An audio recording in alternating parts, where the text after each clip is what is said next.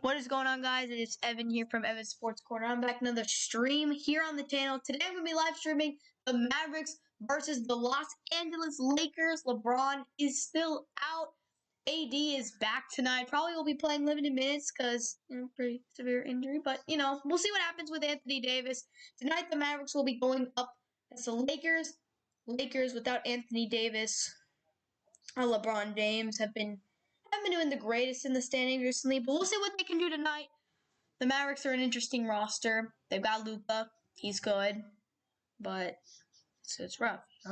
It can be rough sometimes on there. It can be rough out there, man. It can be rough. Hopefully tonight the Mavericks do get the win. They should be able to, but the Mavericks are very inconsistent. They can play like an elite team some nights. They can play like dog crap some nights, and it stinks. Mavericks need to step it up, man. They gotta play better some days. They beat the Pistons, which, thank goodness, if they didn't beat the Pistons, then we'd be having some issues. Because if you lose to the Pistons, everybody knows if you lose to the Pistons these days, you're struggling, man.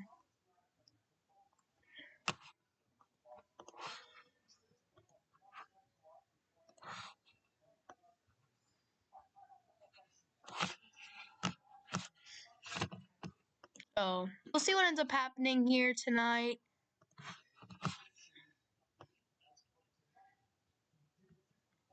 Hopefully the Mavericks can get the win because, yeah, Giannis apparently had a really good game. Good for Giannis. Deserves it. Giannis played well.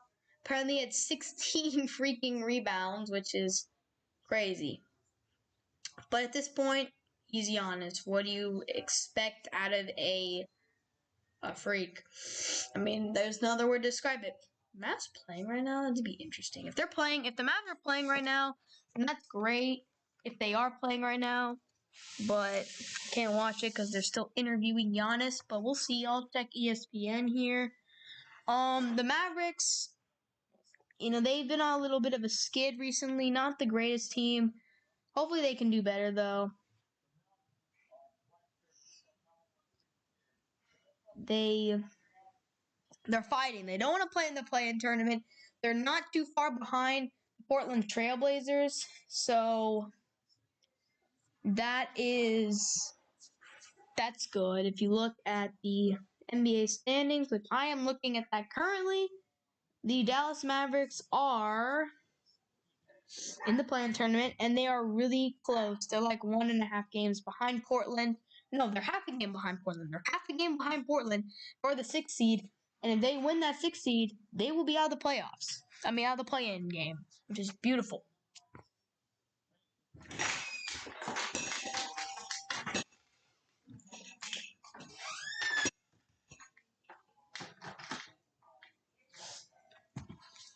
So, looking at it from this perspective, what are the Mavericks up to?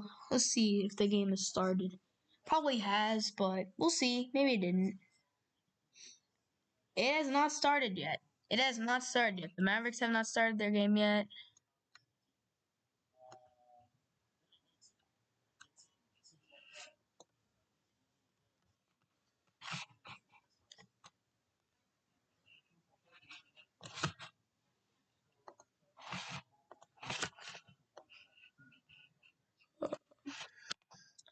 The game has not started yet. Dallas is actually projected to beat the Lakers tonight with the Lakers injuries and all. It is expected that the Lakers defeat the Mavericks tonight, the Mavericks beat the Lakers, but we'll see what happens. Anything can happen tonight in the NBA. A lot of things could happen tonight in the NBA. Hopefully, Mavericks get the win.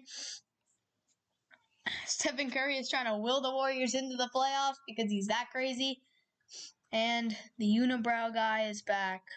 Why do you have to be back, Anthony? I know the thumbnail of the stream says he's not there, but he is, okay? Don't worry about it. Anthony Davis is a grown man. Look at this guy. He's pretty good at basketball. So the game actually has not started yet, but it's going to very soon. Mavs versus Lakers. Tipping off from Dallas. Oh, it's starting right now. I'm an idiot. So right now, both of these teams are fighting to stay or to move up in the standings. Lakers, with their recent struggles, with their injuries, are falling behind in the standings. They are not in the greatest position right now. They're in the 5 seed, so they're in a pretty cozy spot. But with Portland and Damian Lillard hunting, and with everything else, yeah, it's just yeah.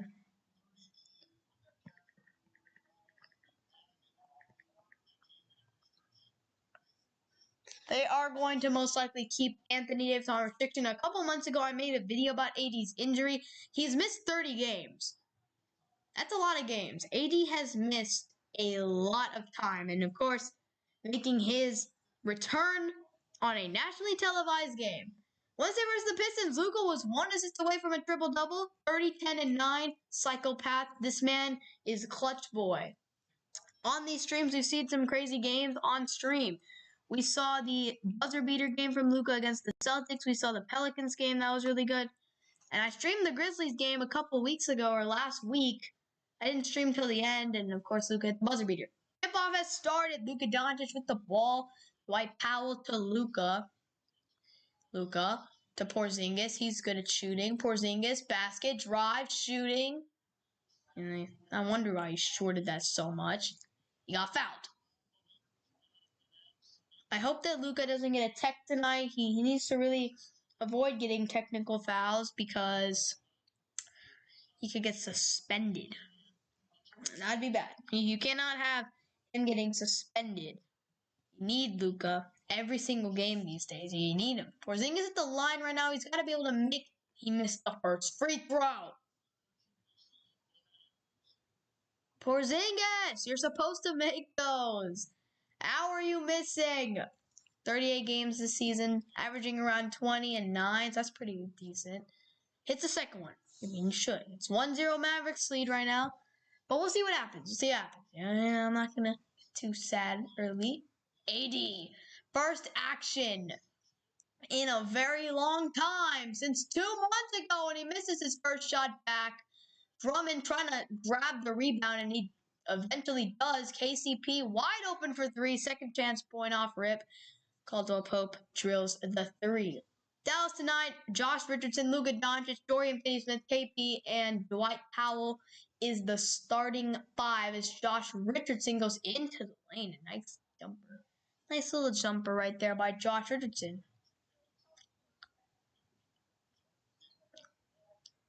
Here's Drummond. He is good at rebounding. And apparently he's good at bully ball because he just bullied you, KP. Dwight Powell is taking the ball up the court as a power forward, but he gives it to Josh Richardson, as he should. Josh Richardson beating AD or Drummond, and he missed the layup, and AD's got it.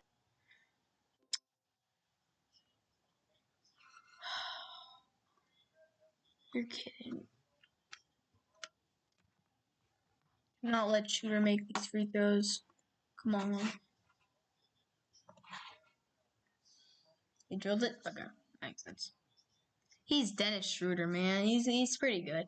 The Lakers have a good roster, and they will have LeBron, but they've just been riddled by injuries this season, and that's been big. You know, you cannot have too many injuries. The addition of Andre Drummond made sense for the Lakers with AD injured. Schroeder misses the shot. AD gets the rebound, and there's a foul. Probably going to be a loose ball foul or something like that. And the Lakers were going to keep possession. So, some early miscues right now. But, yeah, let's look at this. I think I did see that there was a reach in there. Right there, Jalen Brunson swats the ball. So, they will give the Lakers the ball back with a chance to extend their lead. Kuzma, fadeaway, off balance, knocks it down. 8-3 Lakers lead here in the first quarter. Very early, though, so no worries. Inside to Porzingis. He's got a mismatch. He should be able to knock it down. He hits back rim. KP! Can you score that? Oh my gosh, he almost got another one. Dennis Schroeder is just going to the free throw line now. Dang. So 8-3 right now, and Schroeder going to the line to potentially make it 10-3. Not good offensive possessions from the Mavericks, and they're really sloppy right now. They're missing a lot of shots. Not only that, But the worst part about it is that they keep fouling Dennis Schroeder. They're giving up a lot of second chance points. Most of the Lakers' buckets this game have been second chance points, and it's early. They got to fix that. And Rick Carlisle better be yelling at the team because you got to be able to. And I mean, you just have to. You have to absolutely be very cautious with the rebounds. You got to get the rebounds. You can't. You have to.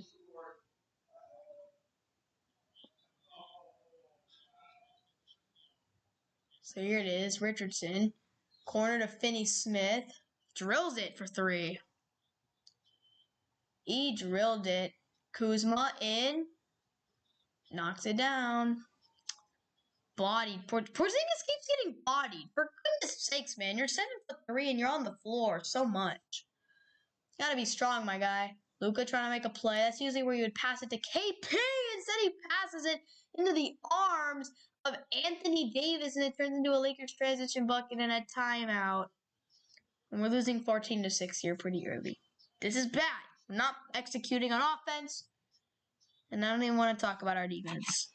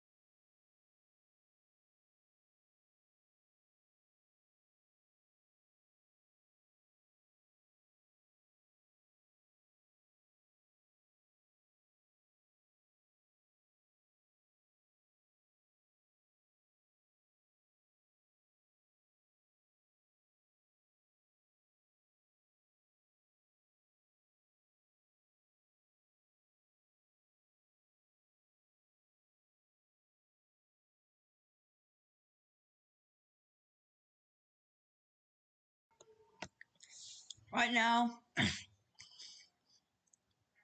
it's still 14-6, and Luka keeps turning over the ball. But they just had a graphic on screen. And it makes sense. We all know that the Lakers were extremely good. 21-7, one of the best teams in the league when they had a healthy Anthony Davis and LeBron James back in December. Like when the Mavericks played the Lakers on Christmas Day. That was a cool game. We lost though. But then without AD, the Lakers were pretty okay. They still had LeBron. And recently they've been going below 500. Like their record without AD and LeBron is below 500. But AD is back. He's going to be playing limited minutes. He's going to be on load management for probably a couple weeks. I mean, Achilles injury, nothing to play around with. But the Mavericks are actually scoring some points. It's 14-10 right now, and they have they're bringing it closer. You know, they've played pretty sloppy, especially on defense. Luka has not had a great start to the game. Josh Richardson's actually doing a great job early. And, Dennis Schroeder keeps getting the free throw line, and AD keeps shooting fades. Right now, AD takes a late shot clock, and he just cannot get him to fall in, which makes sense. You've missed 30 games. That's almost half of the NBA season. His last 30 games. The Lakers have played as Porzingis gets an and one. Nice shot, KB. Recently, the Lakers, like the last 30 games that they have played, he has not been there. That's insane. That's a lot of games, and that 72-game season, a 72-game season, missing 30 games, that's almost half of the season. So, obviously, first game back isn't going to be easy. And honestly, it might just be best that the Lakers rest AD entirely later. He hasn't played too great on the offensive end, and on the defensive end, he's played solid. But on the offensive end, AD just has not been able to get any of his shots to fall. Doesn't usually easily fall against a center like Powell, who's a little undersized for a center. He's not undersized, but there's a clear height advantage for Anthony Davis, and he's just not getting those shots to go in tonight, which is expected. So it'll be interesting to see how the Lakers play this tonight. You know, that if they need AD down the stretch, they might bring him back in. The Lakers, as much as meaningless as it seems like these games are for the Lakers, because you think like, oh yeah, the Lakers are locked for the playoffs. Maybe they are, but the Lakers could easily fall into the play-in tournament. And you got a healthy LeBron, you got a healthy Anthony Davis. You should have absolutely no problem beating the Memphis Grizzlies. But it is a one-game tournament, and you don't want to be put in that situation. You don't want to have to go up against a Memphis Grizzlies team that's pretty scary. They're going to get a healthy Jaren Jackson back, hopefully. You don't want to go up against that. And you certainly don't want to go up against the Warriors. If they win their game in the play-in tournament, if they make it, you certainly do not want to go up against the Warriors. It's the way Steph Curry has been playing lately. No. You don't want to. That's a scary sight. Steph Curry's been going crazy lately. But one thing I want to look at here is the remaining schedules for the Portland Trailblazers and Dallas Mavericks, the two teams around now that are the closest from that are closest in the standings in terms of the play-in tournament. So Portland Trailblazers, and the remaining schedule for the Portland Trailblazers, there's a few games left in the season here. The Trailblazers have 1, 2, 3, 4, 5, 6. Wait, they have 1, 2, 3, 4, 5, 6, 7, 8, 9, 10, 11. They have about 14 games left. The Trailblazers play the Grizzlies 3 times in this stretch. They should be able to get at least a couple wins out of the Grizzlies. The Grizzlies are a good team. They should be able to get at least a couple wins out of that. They play the Pacers. They haven't been that great this year. The Nets, they might lose to the Nets. The Celtics, Hawks, Cavaliers, Spurs. They do play the Lakers, but they might not be healthy at that point. The Rockets, that should be a free win. The Jazz, they have a bunch of winnable games, but they have a really tough 3-game stretch to end the season with the Utah Jazz, Phoenix Suns, and Denver Nuggets. Those 3 games could be very critical, and those are against teams that are higher than them in the standings. So those are some big games down the stretch for the Portland Trailblazers. Those are huge games. And now the Dallas Mavericks, my favorite squad. Remaining schedule for them, they got the Lakers. Again, on Saturday, they got the Kings, the Warriors, the Pistons, the Wizards, the Kings, the Heat, the Nets, the Cavs, twice, the Grizzlies, the Pelicans, the Raptors, I think they're gonna beat the Timberwolves. There are a ton of games. The Cavs twice, the Timberwolves, the Raptors, the Grizzlies, the Pelicans, the Kings, the Wizards, the Pistons, the Warriors. Almost all of these games that the Mavericks have, the Heat, like almost all of these games that the Mavericks are playing at the end of the season are extremely winnable games. They don't have to play Denver or Phoenix, which is really nice. Although I think the Mavericks could beat Denver. Jazz might be really difficult to beat. But, Mavericks definitely have a good chance of making it to the postseason and hopefully the play-in tournament, as KCP clearly tried to draw that foul into Luka. Luka not too happy about it. Hopefully he doesn't get teed up for it, but I mean, I can see where that's frustrating. You play good defense. I'm looking at the play. Luka down just plays good defense, but of course, KCP does what NBA players are doing these days, which is obviously flopping into him and drawing the contact, making it look like he interfered with the shot, or maybe he did interfere. He threw his body into him. What are you gonna do? Luka on the bench now. He's not too happy about that, and it's just rough. It is. So it's 15-13. I think he actually gets 3 free throws here, which is crazy. So just not too happy about that, but it is what it is. Hey Ethan, what's up? What is up, man?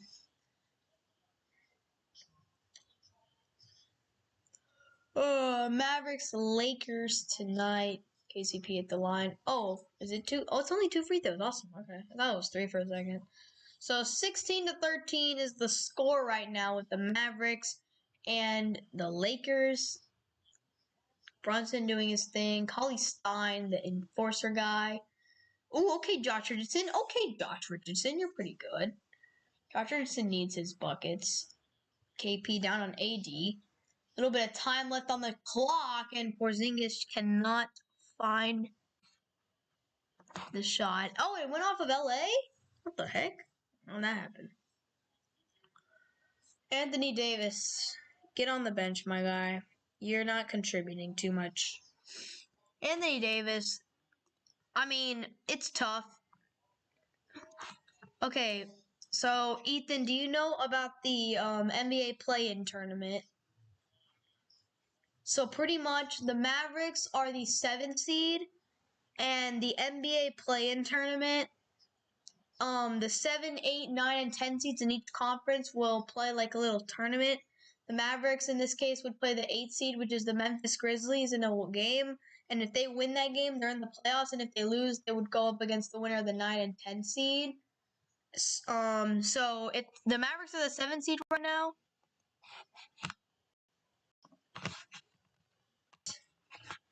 If they play really well,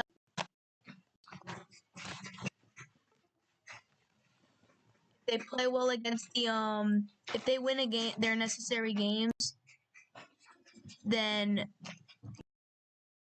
still make the playoffs. They could, if they win and they get into the 6th seed, they could absolutely still make. Yeah, like a card round, exactly. That was so weird. My computer just kind of bugged there. Oh, it's 19-16 Mavs. Yeah, so it's like a wild card round. So pretty much if the Mavericks, they're half the game back of the 6th seed, and if they get the 6th seed, then they don't have to play in the little wild card round, which would be great because Mavericks one game can go crazy, streaky, and play no defense. And that happens. And they lose, and they're not in the playoffs, and I have no playoff content, and that makes me upset. And also, and it's kind of coincidence, the Stars are also right on the brink of potentially making the playoffs. So that's cool as well. Why is there a green screen? What the heck? My side's kind of bugged right now. That's funny, though. 1918, so the Lakers, Kuzma does his thing. AD is really struggling. AD, oh, okay, AD gonna shoot it. Okay, he finally does get on the board there. I think that's his first points of the game, but I could be wrong about that. He does hit the shot. 2019 score right now. Yeah, 7 minutes, 2 points, 1 for 6. Ugh, shooting 1 for 6 from the field. Dang, Anthony Davis is rusty. As expected. Oh, I don't even know if that was intended for Porzingis, but he just pulls up and drills a 3. That pass could have been intended for Josh Richardson, and Porzingis just grabs it. I think that the Stars are actually playing a nationally televised game. I searched up their schedule. Hold up. I gotta sort of probably get over the. I hope so. They better get over the Predators. I need playoff content. I need the Stars in the playoffs. I need the Mavericks in the playoffs so I can do more live streams. But yeah, I hope they do get over the Predators because. Oh my gosh! It says they're losing 7-3 to the Red Wings right now, though. Dang! What happened? Whoa! Oh no!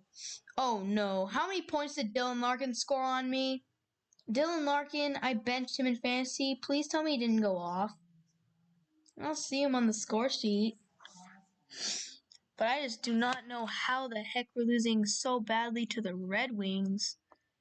The Red Wings! I actually think the Red Wings passed the Blue Jackets in the division.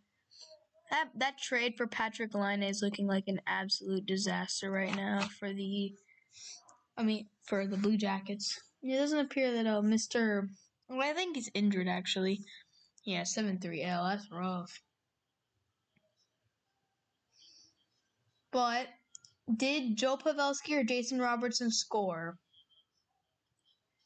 Assist for Jason Robertson and a goal for Joe Pavelski. I do not care. The Stars got me fantasy points for fantasy hockey. I am not angry. That is good. Oh, actually, they didn't even give me that many points because Pavelski had me the goal. Chris Letang had a good game. Good job, Chris Letang. So, yeah, the Mavericks actually only 3.5. What the heck happened to Connor Hellebuck? Dang. Connor Hellebuck played so bad. -7 points?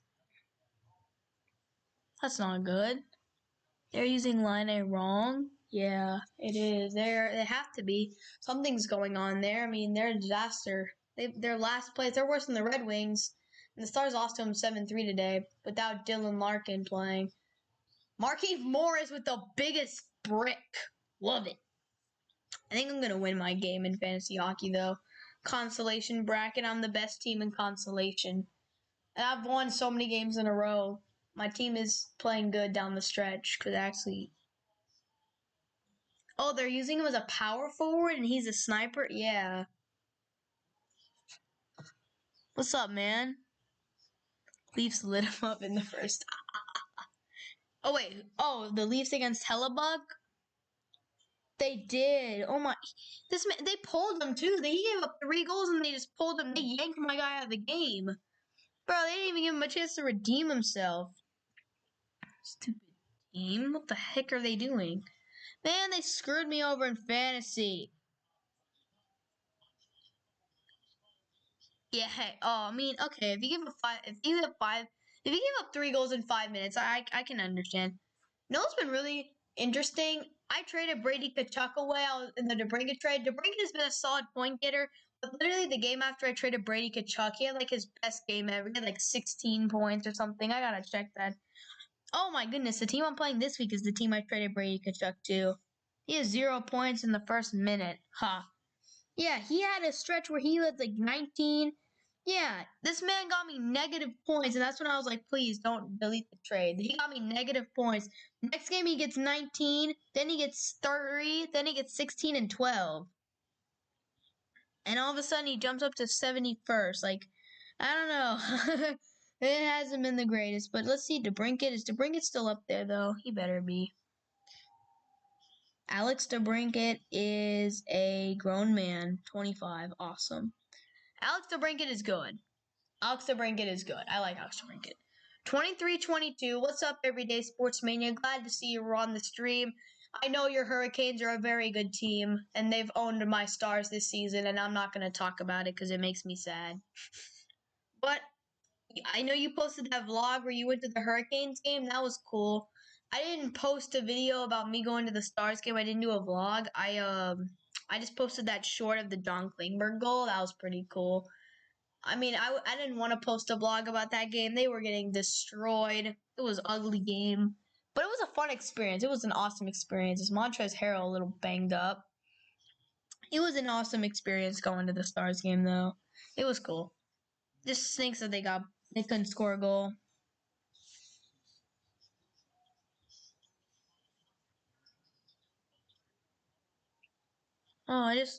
Oh my goodness, I didn't know about this, but apparently, Terrence Clark passed away in a car crash. That's terrible. I didn't even know about this until a little. I just went on YouTube to like remember that video. Oh my gosh, that's terrible. Prayers to his family. That's terrible, man. That's ugly. I'm so sorry. Oh, you have to play Blades of Steel in the next round? Uh-oh. Ethan, that might not go so well. I don't understand. I looked at his team. He's projected to get like 400 points every league. My team can barely get 200, and he gets 400. Stop shooting threes, Willie Cauley-Stein. Canes versus Abs is your finals prediction? That's an...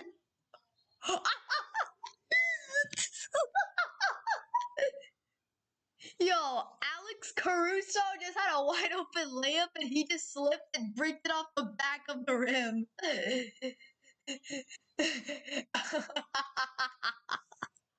Oh my gosh, that was funny. Alex Caruso is the ultimate meme. Ball head. That is so funny. I know that's really sad though. What happened to him? That's terrible. That was sad. But prayers to that guy's family. He played at Kentucky. Kentucky's a good basketball program. So that stinks. 19 years old. So I wasn't laughing about that. I was laughing about Alex Caruso missing the layup because it was funny. Alex Caruso missing layups is just an ultimate meme thing. You know Alex Caruso. He does his thing. Mavericks are up by 1 point right now as the first quarter is coming to a close as KP murdered Montrezl. Montrezl Harrell is getting beat up out there, and he's taking it like a champ. This guy is literally getting beat up. And when I mean beat up, I mean beat up. Like, he just got trucked by a 7'3" guy. Ugh. Can you imagine having to try and take a charge from a 7'3" machine? Unicorn? Who knows what KP's made of? He's a unicorn. What do you want to know? He's, of course, a Porzingis. But yeah, my Dallas Stars are so close. All they got to do is pass the Nashville Predators, and they are in the postseason. But that loss to the Red Wings is not going to help their case. But the good thing is the Predators have played 3 more games than us, which is fantastic. So that's good. That's the only good thing. The Predators have played more games than us, which means that we're going to have that advantage at the end of the season. I believe that's correct, Ethan. It says that we played like 2 less games than them, which is nice because of our early season pandemic stuff.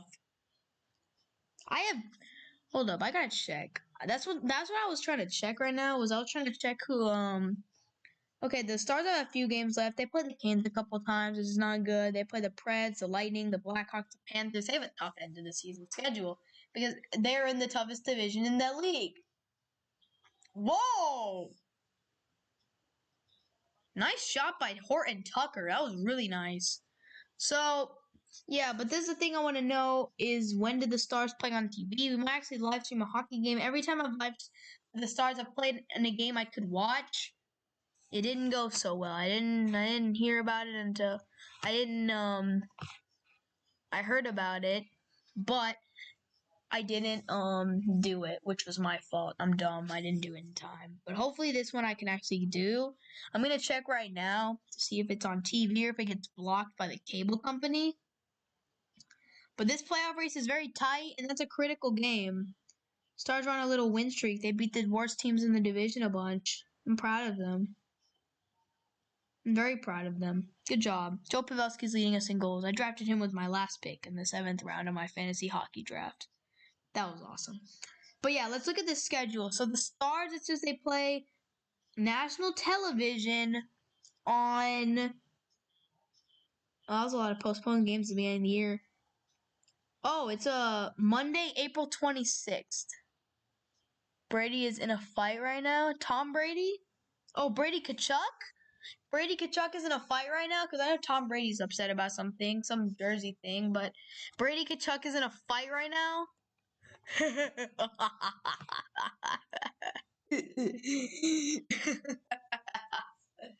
Oh, we're playing the Canes on Monday? Okay, so NBCSN. So I'm going to try and check that out. ESPN Plus. I don't have ESPN Plus. I'm not paying that. I don't want to pay that. $5.90. I'm going to go to Monday.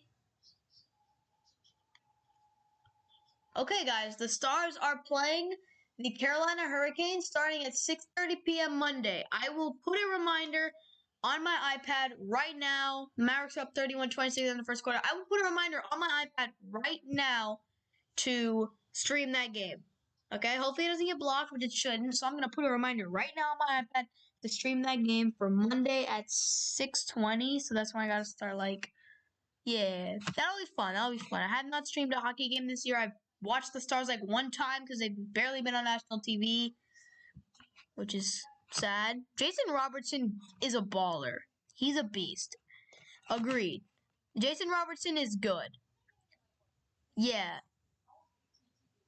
Yeah, I can watch it on NBCSN. I just saw on the channel. It's on the channel for Monday, so I think it's good. But yeah, y'all. Yes, we'll be there. Yes, sir. But yeah, Jason. One in the chat if Jason Robertson is good, and two in the chat if he's bad. I know he's good, so nobody should be putting up twos. Jason Robertson is elite. I love Jason Robertson. Picked him up for my fantasy team because he's a Stars player. I have to. It's just part of the way. I cannot physically have a fantasy team without players of my own on my own team, except for the Texas Rangers. I don't have a single Rangers player on my fantasy baseball team for obvious reasons that I do not need to discuss. But the Rangers are actually not doing that bad this season, which is insane. The Rangers are actually not the worst team I've ever seen in my life this year, which is an incredible improvement from last season. While the Yankees, on the other hand, sign all those free agents, and they're playing like garbage. Just take that, Yankees. You guys are so bad. Imagine being the Yankees, paying for every player, paying to win the championship. Yeah, obviously Jason Robertson is a beast. Jason Robertson is a beast. I love Jason Robertson. The Stars might have found themselves a good player right there. I think they did. So let's see what's up here with 35-point player. Very nice. Oh, is that Jason Robertson? Does he have 35 points this year? How many points does Pavelski have this year? Pavelski, I picked him with I think I picked Pavelski in our fantasy draft, Ethan, with the second to last pick. The second to last pick in the draft. I drafted Pavelski in the draft, which is so funny because Pavelski has been elite. Love Pavelski. He's good. He's good at fantasy stuff. Jays have a tough division. Absolutely. The Blue Jays have a very tough division. The Red Sox are good. If the Yankees can figure out what the heck they're doing, they can be good. The Orioles are the Orioles. You never know with them.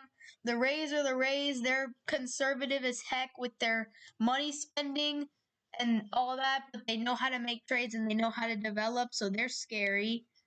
And it's just it's a very difficult division, but the Jays are building something good. Bo Bichette, Vlad Guerrero, Biggio. They have a good roster. They have a great roster for the future. I remember back in the day when the Blue Jays used to beat up on the Rangers in the playoffs every year. The days of Bautista and Donaldson. Remember the days where you've been a baseball fan for a few years if you remember when Josh Donaldson was an MVP.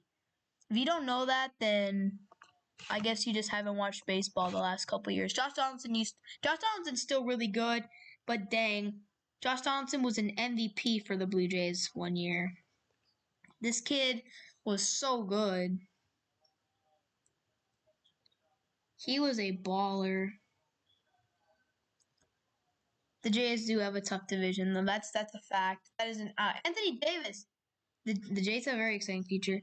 Yeah, Josh Donaldson did win an MVP award. If you look at MLB Hold on, I'm gonna do that right now. I'm gonna play an MLB quiz while I'm watching the Mavericks game. I'm gonna go to Sporkle. I'm gonna do MLB MVPs and see how many I can get. But I'm probably not gonna be able to get many. Oh, those were not the best playoff series. How could you say that? Those 7-year-old. The only time I've ever cried because of a sports game was when I was 7 or 8 years old, and the Blue Jays beat the Rangers in extra innings against the in the divisional. That hurt me. That hurt me. That made me so sad. Those are not good playoff series. Bautista's bat flip made me cry. 7-year-old Evan cried because of that stupid bat flip. But nah, it was all fun and games. But yeah, I haven't cried ever with the Cowboys because I'm so used to those guys. He was on the cover of MLB The Show one year. Who? Who was? Donaldson? I know the reason Aaron Judge was on the cover of MLB The Show. Bryce Harper was. I have MLB The Show. Tatis is on the cover this year. Baez, I think, was on the cover one year, too. By year. Who was on the cover? Oh, yeah, Josh Donaldson was on the cover of MLB The Show 16. Yeah, definitely. That I can understand. I can understand that. Oh wait, he was AL MVP. I can understand why you were happy. I can understand why you were happy. Probably the same time that I was crying, you were yelling for joy. I was 7 years old. AL MVPs. I'll do AL MVPs. Donaldson. Yeah, he was on the cover. Okay, I'm doing the AL MVP quiz right now. Sportball has a tendency to crash a lot, so let's see if it does. Oh, I just typed Donaldson wrong. But since I just learned that Donaldson won an AL MVP, the cheater guy Altuve won an MVP. Question in the chat: would Jose Altuve have been an MVP if the Astros didn't bang on trash cans? It's a very important question that you need to answer because it's important. I know Mookie won one, right? Mookie? I don't think Altuve would have won. How can you not win an MVP when they're banging trash cans?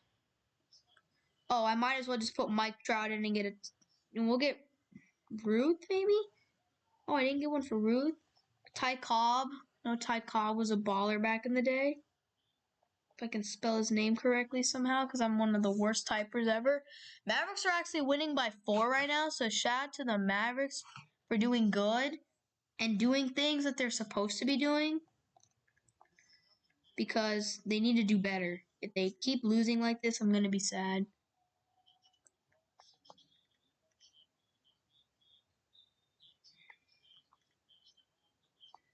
I don't know all these MVPs. I'm just putting in really good players. I just got a lot of players.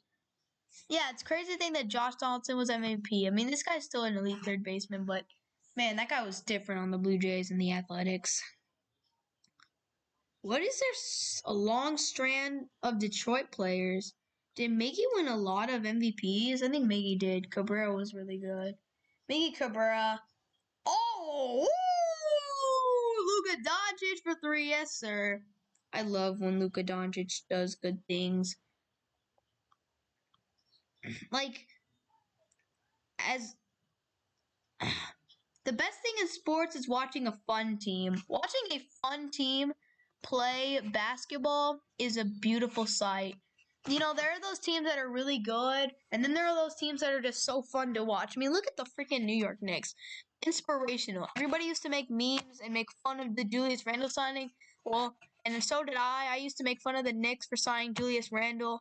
Max Kellerman gave Stephen A. a Julius Randle jersey as a present to troll him. But, I mean, who's laughing now? Look at the freaking Knicks. They're a good team. I mean, you know, they're the Knicks, but still, they might not actually be in the lottery this year. The New York Knicks not in the lottery is a beautiful thing. I forgot Jose Abreu won the MVP last year. Jose Abreu is really good. I've always known Jose Abreu was a beast. Fun teams are very fun to watch. It just makes you appreciate basketball or a sport more when you get to watch a fun team go out there and play. It just makes it a good time. But right now the Mavericks are winning by 7. So hopefully we can just turn this into a blowout. That'd be nice. If we do, then I don't have to worry about us losing. Oh my gosh! What was that pass, Anthony Davis? You stink, man! You stink! Dude, these people stink, bro! Anthony Davis just threw the ball onto the tarp over the bench. Ooh, okay, Luka. Nah, fam. He's not making that.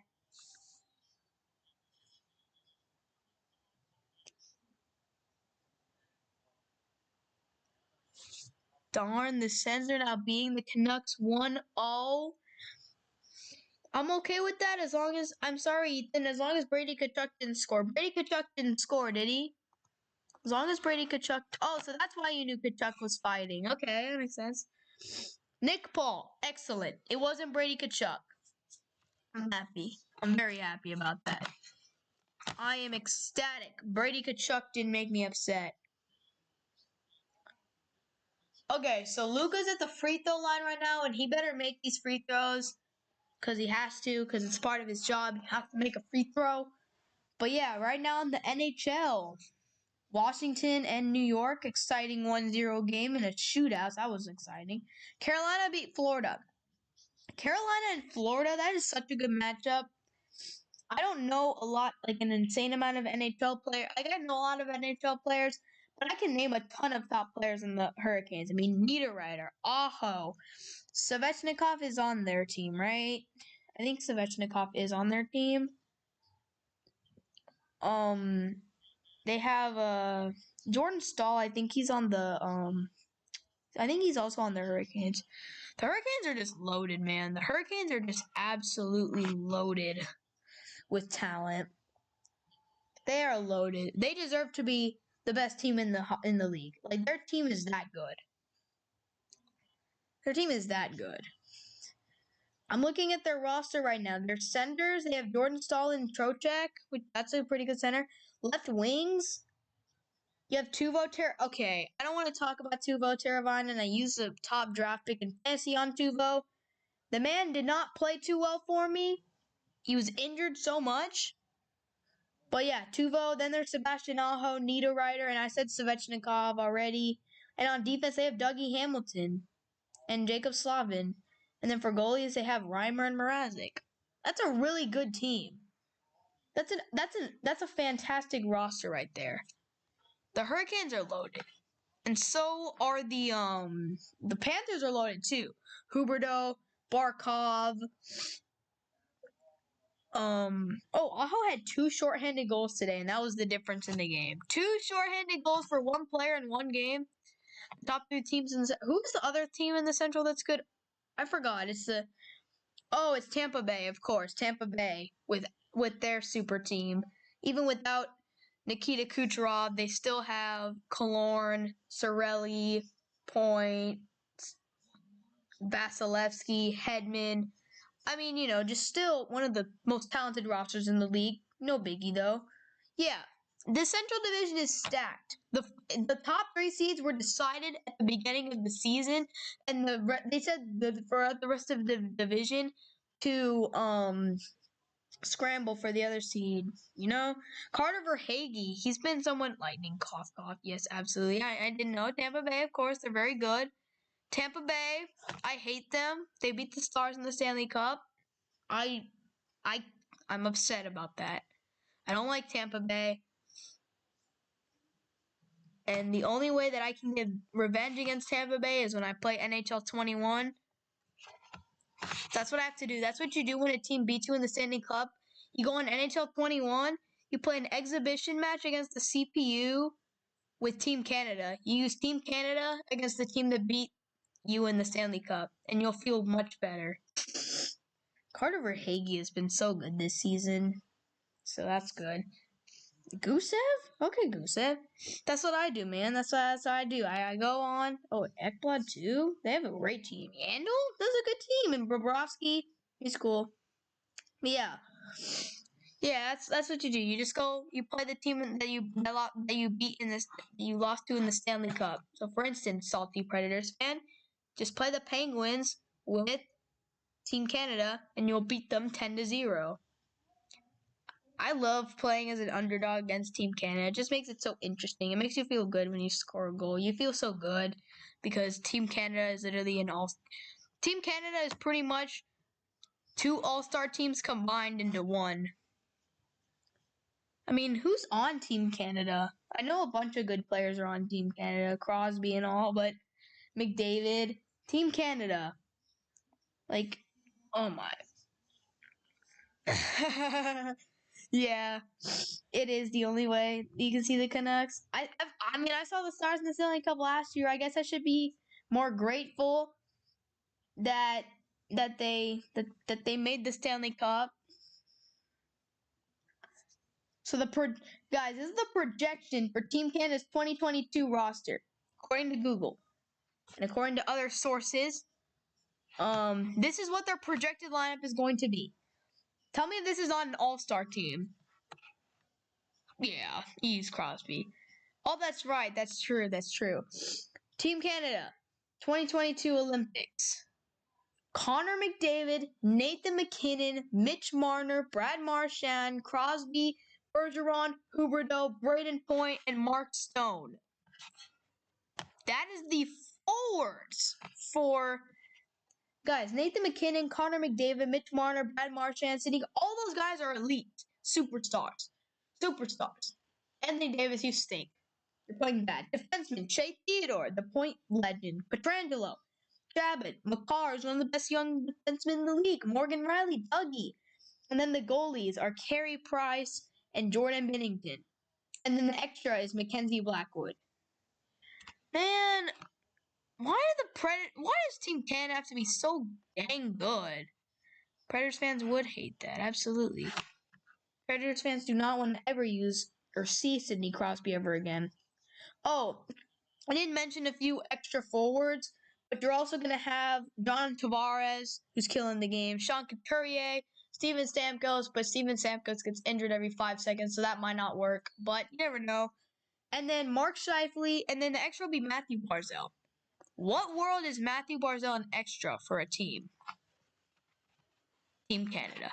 And then defense. Oh, this is a person's opinion though. And then on defense, you got Makar, Riley, Dougie stacked absolutely. Ekblad as well with Bowen Byram as the extra there. I mean, Team Canada is stacked. And then let me look at Team USA. Let's look at the Team USA squad. I bet we're just so good. I mean, we're pretty good. Team USA is good. Don't get me wrong. Team USA is very good, but compared to Team Canada, it's like a major league team versus a AAA team. Or it's like no, that's not necessarily equivalent, but it's more like the super team Dodgers, which is Team Canada, versus like it was a pretty solid MLB squad, like against a team like the Twins. Yeah, just Matthew Barzal is a healthy scratch. That's just no big deal, man. Matthew Barzal, one of the best forwards in the NHL, one of the best young forwards in the NHL. But yeah, man, no problem. That's just no problem at all. Mavericks are actually winning by 11 right now. I've been watching the game. Don't think I haven't. I've been watching the game. We've been doing fantastic. Anthony Davis is playing like garbage. I love seeing that. It makes me very happy because I don't like the Lakers. If you can probably understand, I don't like the Lakers very much. Here's the thing. Here's Team USA's projected lineup for the Olympics. It's really good. It's really good. Austin Matthews, Patrick Kane, and Johnny Gaudreau as your first line is good. Kyle Connor, Jack Eichel, Brock Besser as your second line. That's pretty good also. That's really good also. I don't know why. Whenever I see Brock Besser and Johnny Gaudreau on Team USA, and I'm like, wait, aren't they on Canadian teams? They're Canadian. Brock Besser's on the Canucks. Yeah, we have Austin Matthews. We do. Jack Eichel. Doc Eichel plays for the Sabres, so who knows? Jake Gensel, good. Dylan Larkin, Pacioretty, and then the fourth line would be Brady Tkachuk, JT Miller, Matthew Tkachuk. So the Tkachuk brothers on the third line together, and then the other two guys, they have Jack Hughes, the Canucks young star forward, and not Jack Hughes, that's Quinn Hughes. It's the New Jersey Devils guy. That's who it is. My bad. And then Alex DeBrincat. And then defense, Zach Rowinski, Seth Jones, Quinn Hughes, that's the Canucks guy. John Carlson, John Carlson's good. Slavin and McAvoy, Krug and Suter. And then the goalies would be Hellebuck, Gibson, and Thatcher Demko. I noticed that there's a pretty decent amount of Canucks players. I think JT Miller's on the Canucks, but I'm not sure. But I see Brock Besser. I see Quinn Hughes. I see Thatcher Demko. I see Canucks players. No Stars players on Team USA.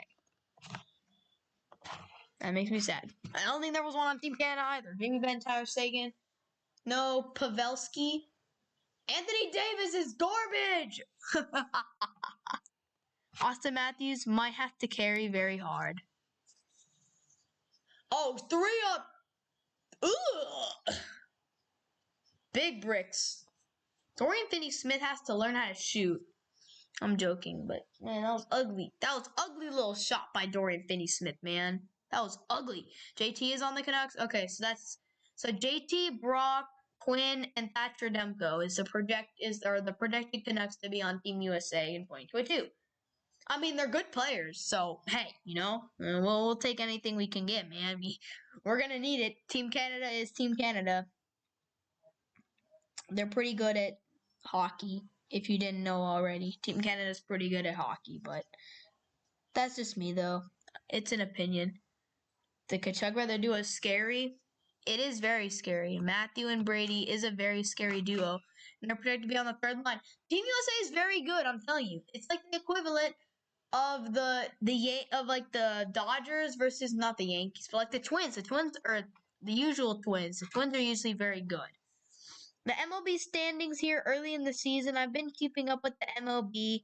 I know there are some teams that are doing good and bad. I know the Red Sox have done well. The Yankees are not doing too well. The Royals are first place in the Central, which is interesting. The White Sox have the reigning MVP in Jose Abreu. Yoan Moncada is very good. Luis Giolito is one of... Isn't it Luke? No, it's Lucas Giolito, right?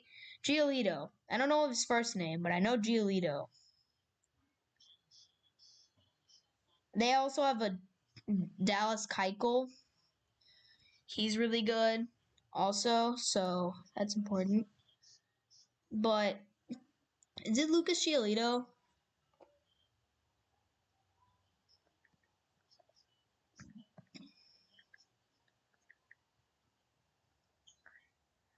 Yes, Lucas Giolito. I was correct. 51-41. Good job, Luca. Good bucket. I love how all these sports streams always turn to me like talking about other things other than the game. It's funny. Giolito. The Rangers are still second to last in their division, but they're ahead of the cheaters, and I love it. I love that we're better than the Astros. The cheaters in Houston. The A's, guys, the A's. This is incredible. The Oakland Athletics started the season off not only getting swept in a 4-game series by the Houston Astros, but they lost their first, 1, 2, 3. They lost their first 6 games, and they played the Dodgers and the Astros, and people were getting worried, like, do the A's stink now? No, the A's were just playing 2 of the most talented rosters in baseball. And the A's were struggling. They were terrible. They were 1-7. They were 1-7 after the Los Astros. The A's were 1-7, and they are on a big win streak. And now they're first in the division. The Mariners are 12-7. Let's see if the Mariners can finally end their long playoff drought. I made a video about longest playoff droughts currently in leagues right now. The Mariners have a huge playoff drought. They haven't been in the playoffs since like 2001 or something, which is insane. And oh darn, 2-0 Ottawa. I'm sorry, Ethan. But yeah, like that's insane. The Mariners are 11-7. The Mariners are talented. Felix Hernandez might be gone. He's old as frick, and I know it probably happened a long time ago. Luka pulling up from near the logo, bricked it. Dang it. But Kyle Lewis probably coming into his own these days, and hey, it's the Mariners. They're hungry. I don't think the Mariners are going to make the playoffs, but you never know. They might. I just know the Mariners have a history of blowing things. But like, let's look at their lineup. Haven't really looked into the Mariners lineup, but Nick Haniger is good. Kyle Seager's still there. Okay, Kyle Lewis is probably not still coming into his own, but still. The A's are doing pretty good. Absolutely, they're doing good. They were 1-7 to start the season after playing Astros and the Dodgers, and now they've won 11 straight games. Like, this team's insane. The Mariners are doing pretty good. The Angels have one of the most talented rosters. Their pitching isn't great, but my goodness, the Los Angeles Angels have Shohei Ohtani, Mike Trout, Anthony Rendon, and David Fletcher on the same roster. They should be a team that at least can put up some runs. Like, this is a team that has a lot of talent. They can do good things. They can absolutely do good things. The Mariners have Kyle Lewis. He's good. Like, yeah. The Rangers are 9-10. I know. They're a losing record. But considering how they've done in recent years, I'm not disappointed. We might go into May with at least some sort of respectable record.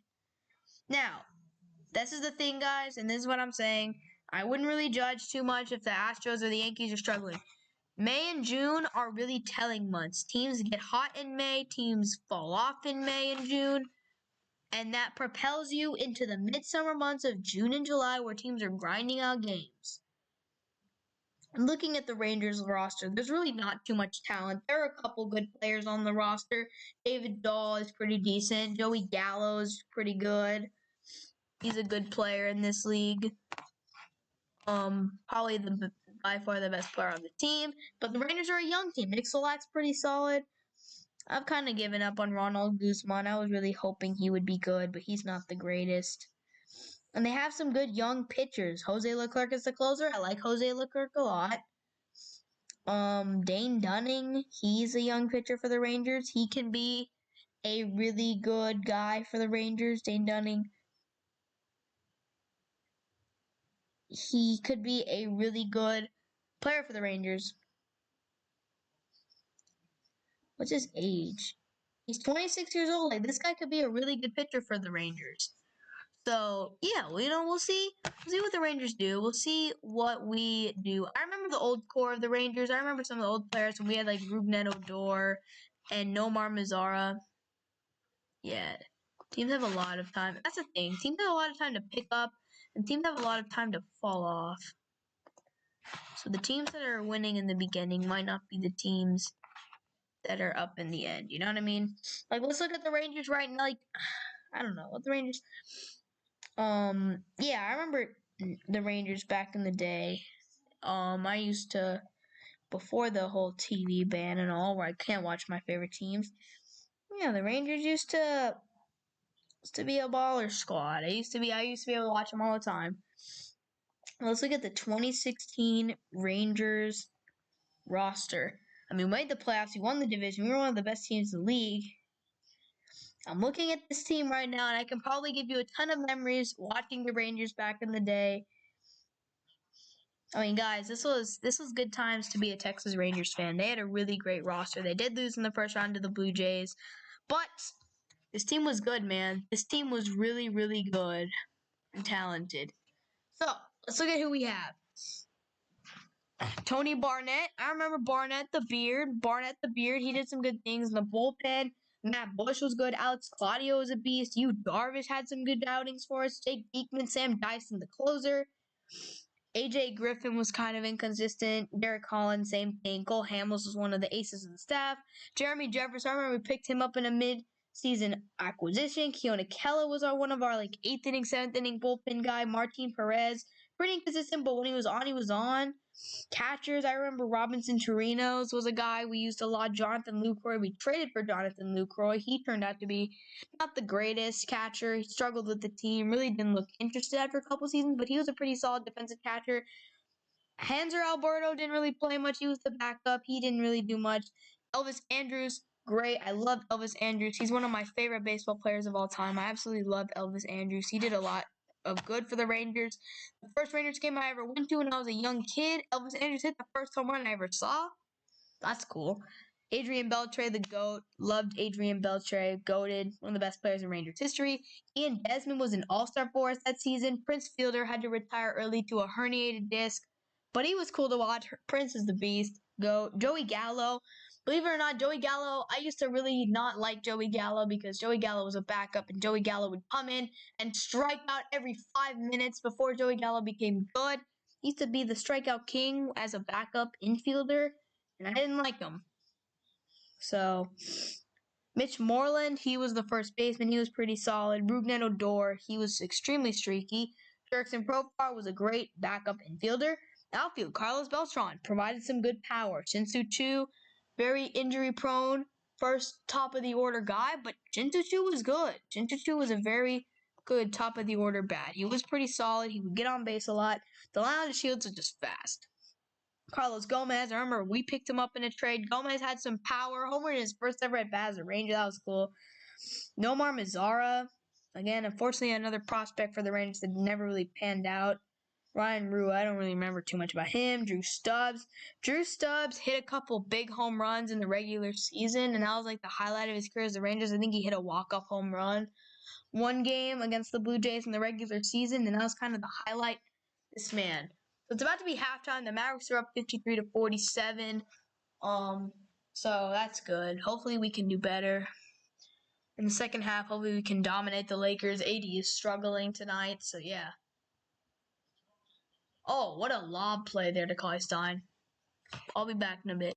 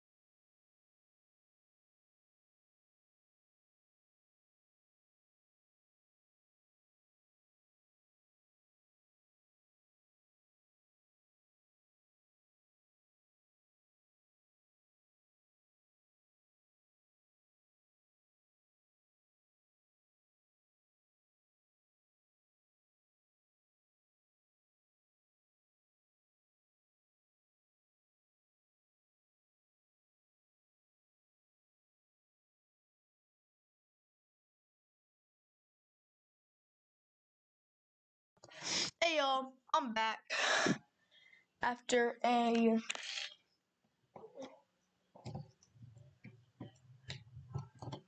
went to go get a snack. But yeah, today I'm back right now. Mavericks, I believe they're at halftime. We'll see what's up with that. Okay, so they're winning by 11 at halftime. What the heck? Good job, Mavericks. Who went off? Dennis Schroeder looks angry about something. Y'all, Dennis Schroeder got mad. He looked heated. What did he do? Drove to the basket on Cauley Stein, got the bucket, and they called the foul on the floor. How did we get to 62? What was it, 2.5 minutes? I don't know.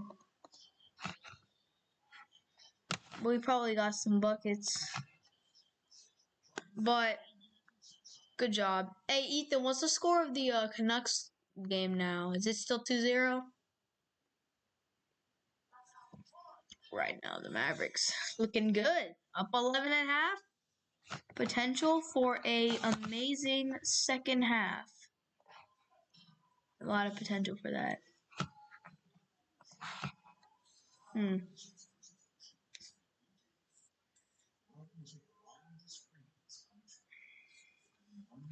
The NBA MVP race is getting tight. Jokic, Embiid, Curry's doing his thing, making a run at it. It's pretty crazy.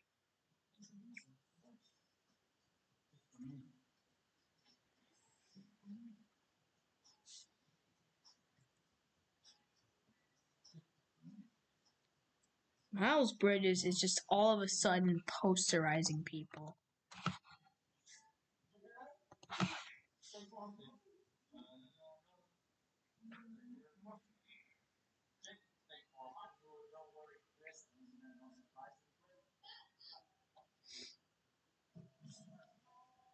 So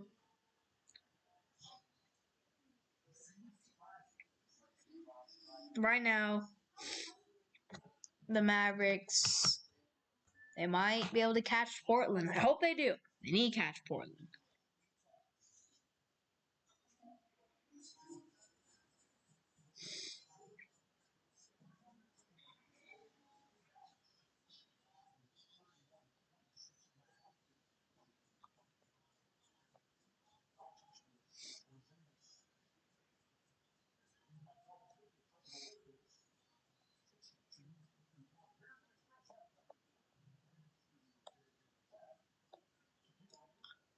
So this is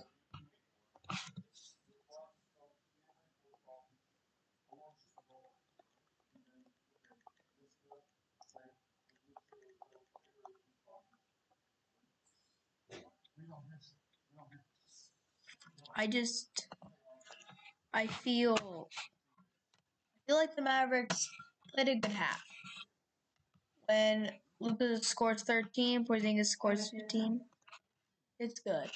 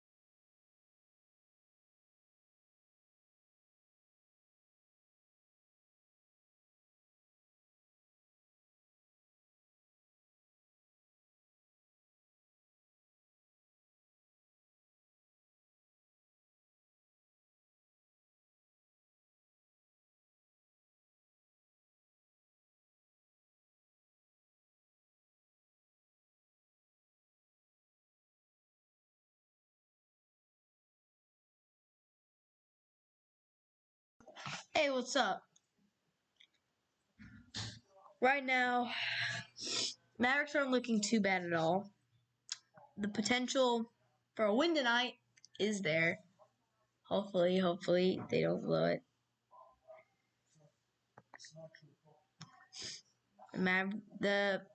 I hope that the Canucks do win, Ethan.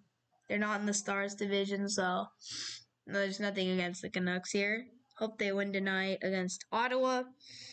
Just as long as you don't lose to the Buffalo Sabres. Are the Sabres still on that huge win streak or losing streak? The Sabres would never be on a win streak. They're the worst team I've ever seen.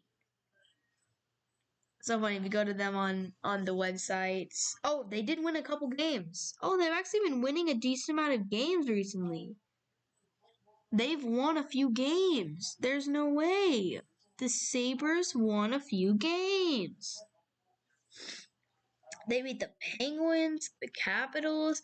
They even went on a 2-game losing streak where they beat 2-game winning streak where they beat the Devils and the Rangers. Before that, they had lost so many games in a row.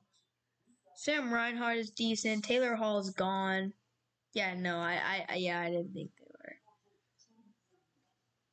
But yeah, I mean, Taylor Hall's gone, and he's still their team leader in assists. Sam Reinhart is pretty decent, I guess, but yeah, that makes sense. Yeah. In NHL 21, I played the Sabres, and they were the 1 seed in year 1. In NHL, only in NHL would the Detroit Red Wings and the Buffalo Sabres be playing in a first-round playoff series in 2021. That is just hysterical. That's sad. But it makes sense. Taylor Hall was kind of just taking up space. I haven't really been hearing too much NFL news. Obviously, everything is about the draft. I haven't made a mock draft. I think I will.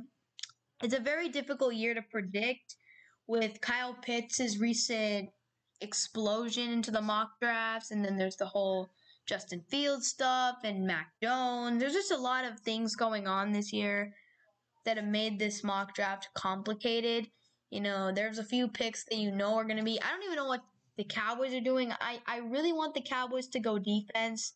Take a cornerback, J.C. Horn, Patrick Surtain. I really do not. I would love to have Kyle Pitts, but the thing is, Kyle Pitts is a luxury and not a need. The Cowboys don't need a tight end. They just signed Jarwin. They had Dalton Schultz, who was decent last year. And they don't need Kyle Pitts at all, unless they want to have the most explosive offense of all time and have absolutely no defense, because if the Cowboys don't address any defense, the other potential pick is that the Cowboys draft a tackle to replace Tyron Smith. Obviously, if Penei Sewell falls, the NFL draft, I believe, is on the 29th, which is a week from today. A week from today is the NFL draft. So I think I'm going to make a mock draft here pretty soon. But I'm looking at these NFL mock drafts right now. I'm using these for information, but I'm not going to copy any of these mock drafts unless they happen to be the same as mine on accident. But I'm not going to copy any mock drafts at all. I wouldn't. That's annoying. That's boring. But this mock draft here, Trevor Lawrence 1, Zach Wilson 2. After the Sam Darnold trade, yes, absolutely. We definitely need units. We all know that the Jets are drafting a quarterback, and with Zach Wilson recently, Zach Wilson probably goes number 2, Justin Fields. This is not my mock draft. The Falcons, there's been rumors that they might trade their pick. The Falcons are interesting. They could 1,000% go out here and trade the pick. Or they could draft a new quarterback. You know, after Justin Fields, the top 3 picks are all going to be quarterbacks. But you never know. Maybe Justin Fields falls. Maybe you can draft Mac Jones, or maybe you take a receiver. Well, you're not going to take a receiver, but you might take Kyle Pitts. You might take like a Micah Parsons at that pick potentially. You never know what the Falcons might do. The 5th pick is this mock draft has Penei Sewell, the Bengals. The Bengals might go for offensive line. They desperately need it. Joe Burrow was getting killed last year, but who knows? They might want to, if Kyle Pitts is available, they might bring him in, or they might reunite Joe Burrow with his former college teammate Jamar Chase. The Dolphins have the 6th pick now. They are probably going to go receiver, give Tua Tagovailoa a weapon, Devontae Smith, Jamar Chase. Probably they'll be able to pick whatever receiver they want. The Broncos are an interesting team. It depends on really who's there. mock trade from Lions. Wait, make sure. Make sure that's correct. Unless this is just like a prediction. I just need to make sure this is correct. ESPN has the correct draft order. Okay, so this is a mock trade here, but the Lions have the 7th overall pick, I believe.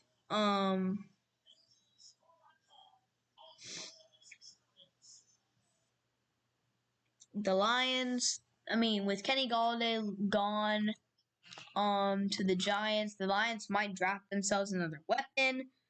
They have Jared Goff now, so they might go weapons, or they might draft the linebacker Michael Parsons. Rashawn Slater is the second best offensive lineman in this class, and one team will probably swoop him. The Cowboys. The Cowboys. They are an interesting team because those boys, as Ethan said, they need their defense. They do. Big time. Travis Etienne might go in the second round. There's some really good players that will fall in the second round. Travis Etienne, Joseph Osai, Talon Wallace, Brevin Jordan, Carlos Basham. There are good players that are going to be falling into the second round. But potentially. The Cowboys are...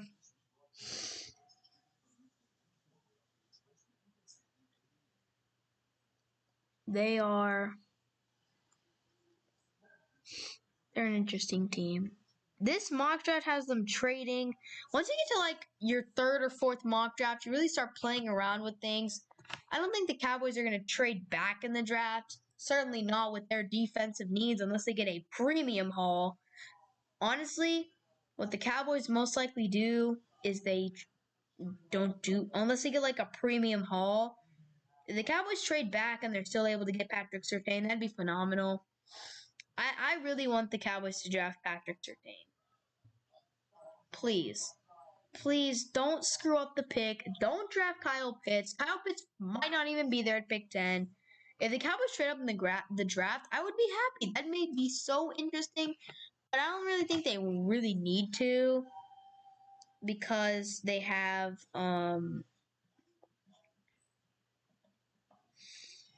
I don't really think they need to trade up in the draft though because they have they could if they want to, but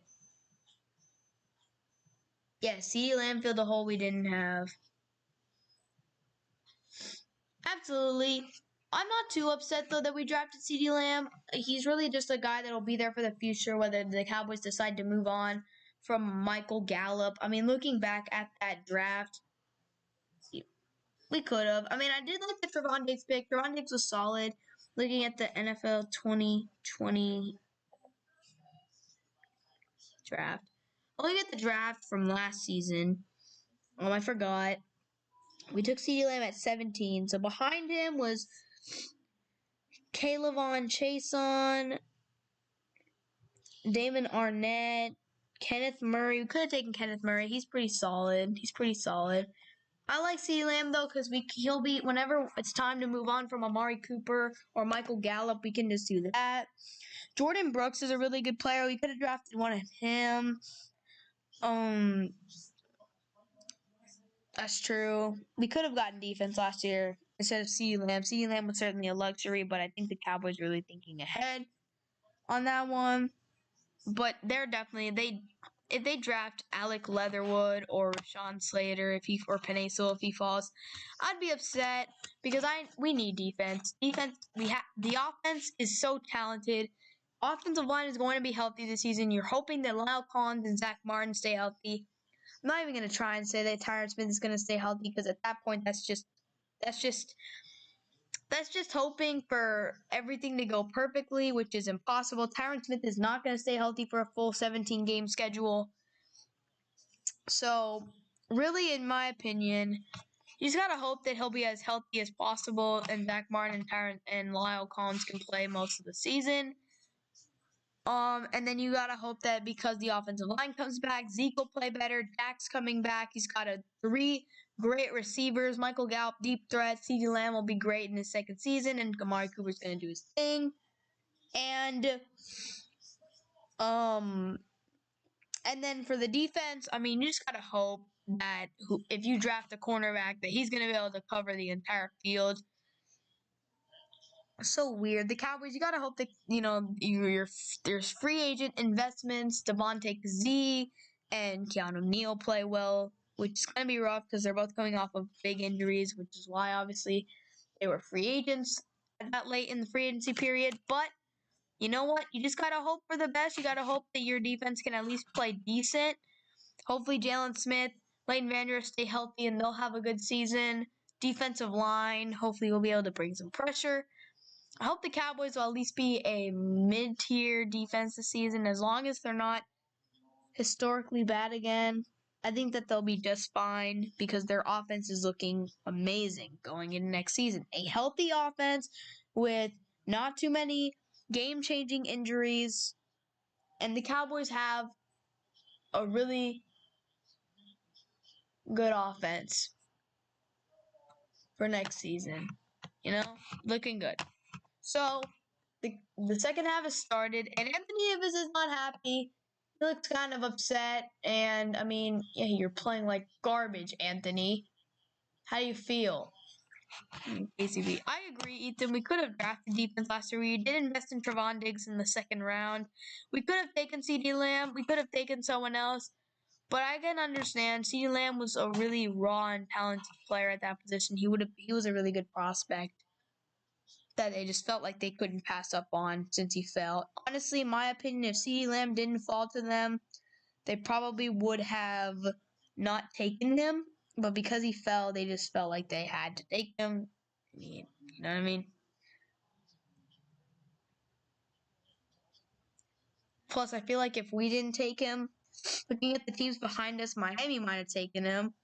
You never know. As long as the Eagles took him, then we'd be in trouble. But I understand what you mean.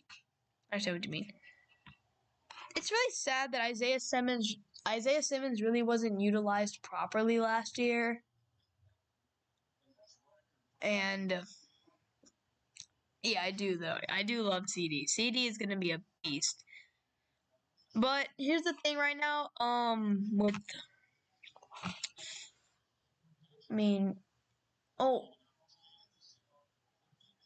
No, Porzingis. Oh no. Oh no. No. Porzingis is injured right now. He's down on the ground after going up for the shot. He's down. What's he holding? What is he holding? Uh-oh.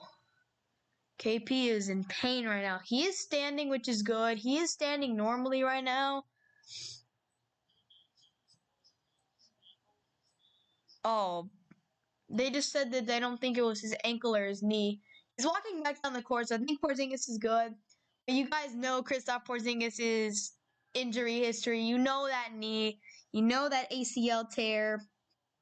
You guys know. You know. Porzingis, every time Porzingis goes down, much caution. So, it does stink that I don't think Isaiah Simmons was utilized very well in his rookie year. He really did not play as well as he was expected to. The Cardinals really felt like they got a steal at that spot. So, yeah, I mean, Kyle Kuzma is not handling the ball well right now at all. But Anthony Davis is he hasn't played amazing tonight, and he's obviously going to be on a load management for a while with his injury. So the Lakers are making the smart decision to load management with him and keep him on a strict management. He's probably not going to see the floor too much for the rest of the game. So, yeah, it's just kind of the way it has to be. As a Cowboys fan, I just hope we go invest heavily in defense this year and we don't screw this up, because I sincerely doubt that all the cornerbacks are going to be taken. Seeing this is a very solid class at the wide receiver position with Devontae Smith, Jamar Chase, and Jalen Waddle all being game-breaking options. Game-breaking X factors, pretty much. All the Madden terms here, but yeah, these guys are all big players who can make a huge impact, big impact players at the wide receiver position. So far, last year's rookie class of receivers, you had a few guys that didn't live up to expectations. Jerry Jeudy did not have a great season. Neither did Henry Ruggs. CeeDee Lamb was good. Justin Jefferson was phenomenal. So, that's just the way it is. But you're going to see a lot of draft videos here in the next few days from other on YouTube in general. But I bet a lot of coverage on Kyle Pitts. There's been so much coverage on Kyle Pitts because Kyle Pitts is pretty crazy. If you've, and this is not in real life, but in Madden, Kyle Pitts is the glitchiest tight end in Madden when you get him on your team. I was willing to give up. I was in a franchise with someone, and I was trying to make a trade with them to get Kyle Pitts. I was willing to give up a lot. I was willing to give up my tight end who was pretty good and like a couple firsts. No accepting because, I mean, he wanted to keep Kyle Pitts. But I really wanted Kyle Pitts because I've had Kyle Pitts in franchises. Kyle Pitts is easy to develop, and he's an athletic freak. He's big. He's not a good blocker, but he is a phenomenal pass catcher. He's really fast, too. And he's a guy who can have, like, almost 90 speed, maybe even 90 speed for a tight end. So, yeah. Kyle Pitts is from Florida.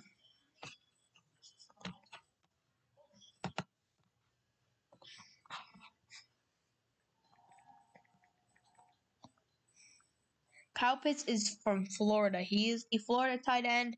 He was probably Kyle Trask's favorite weapon.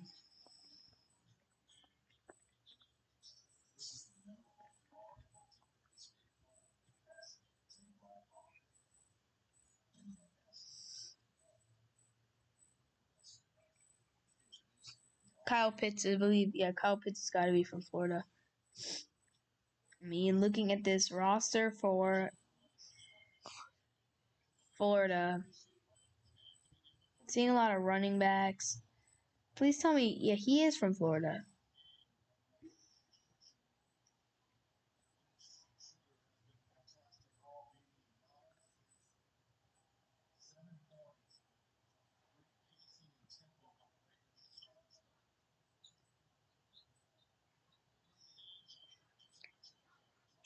But Kyle Pitts is an absolute beast. And he will be he should be a very, very good NFL player.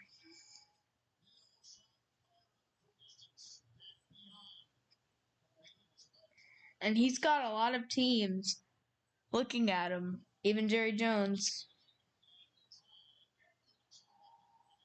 But Jerry's talking a lot of stuff right now. He's talking a lot of stuff right now about a lot of stuff right now.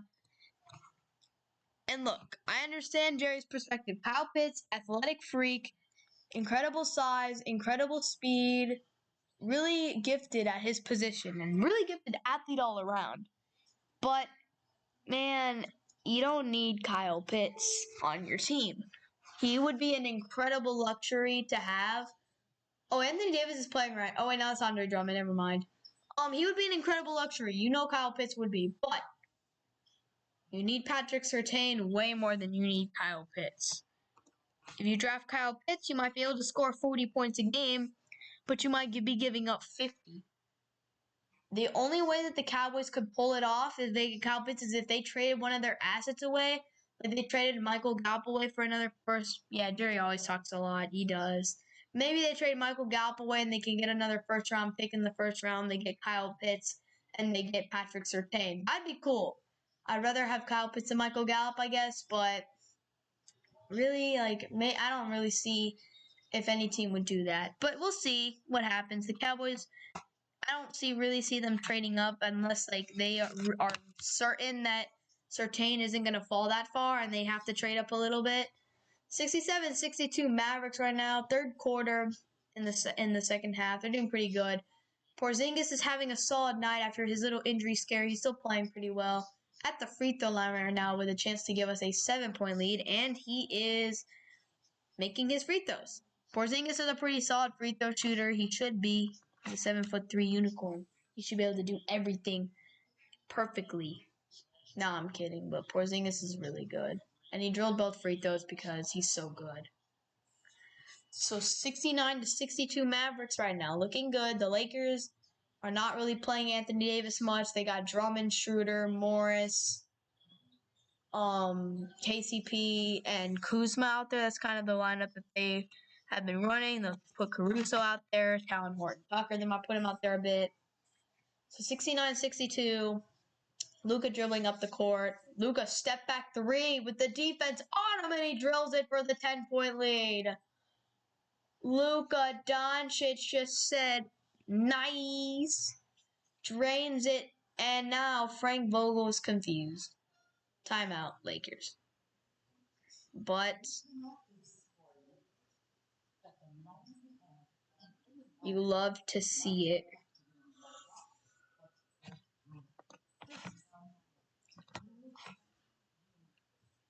I like what I see. The Mavericks are playing pretty decent against the Lakers right now, so I'm happy about it.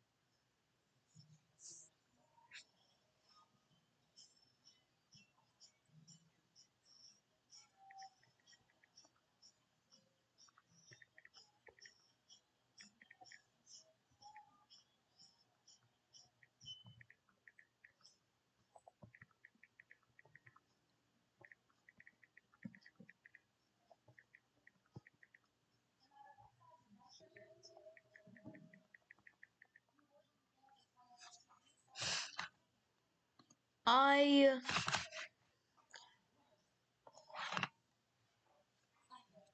think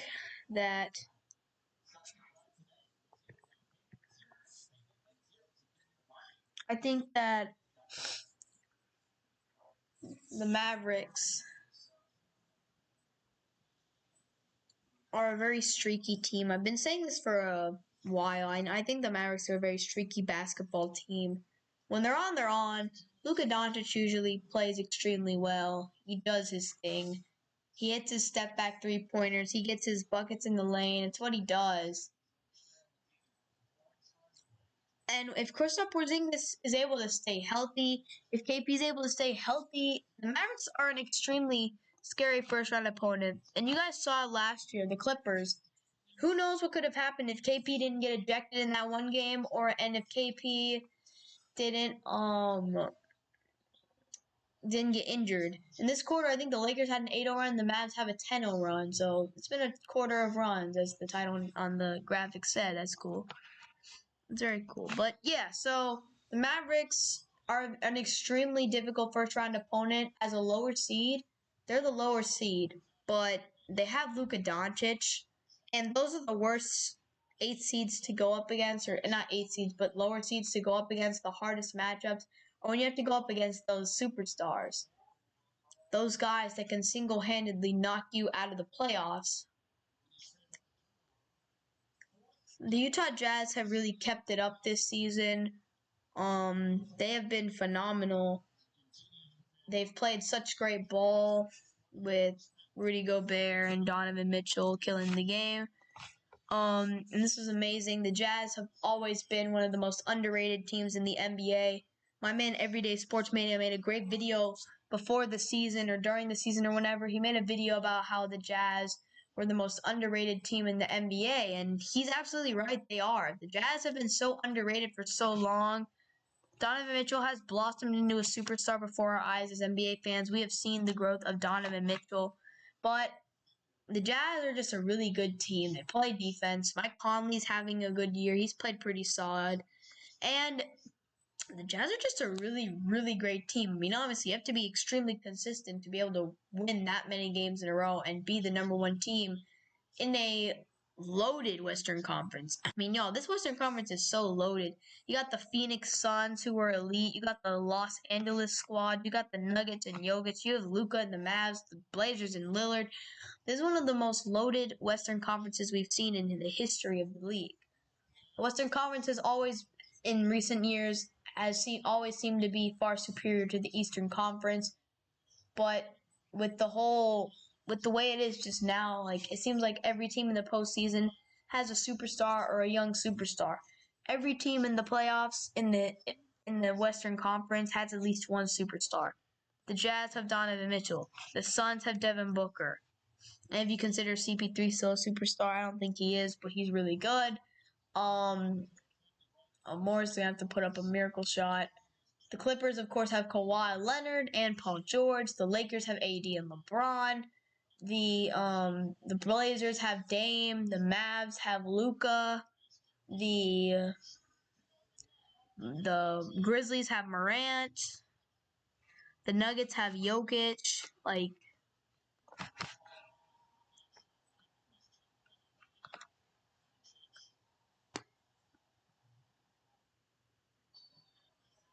Oh my gosh. So Dennis Schroeder hits the three-pointer, right? Luka Doncic goes down the court. Dennis Schroeder is 19 and 10 today. He gets fouled on the screen. And he hits the three-point fadeaway for no reason. He just hits it. Legend.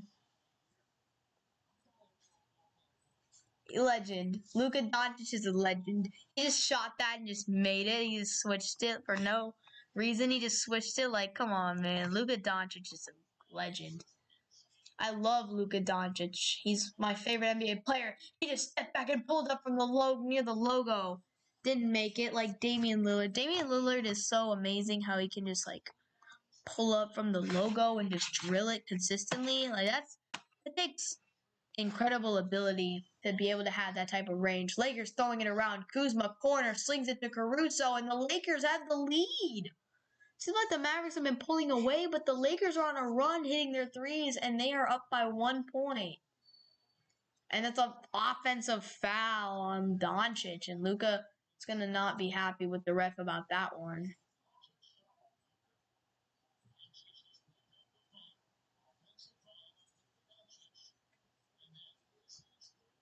That's Luka's third foul, and he's still not happy with the referee. So that's not good. Luka obviously has a right to be frustrated. I mean, offensive fouls, especially ones like those where he didn't charge into the guy. Oh, please tell me you didn't just punt the ball, bro. You're going to get another technical. Oh, he punted the ball. Don't get teed up, my guy. Don't get teed up, bro. I know you got the soccer skills, able to get the ball up like that, but hey, man, don't get teed up. Don't get teed up. We need Luka Doncic. He's a few T's away from getting getting suspended. You don't want to see that. You don't want to see that.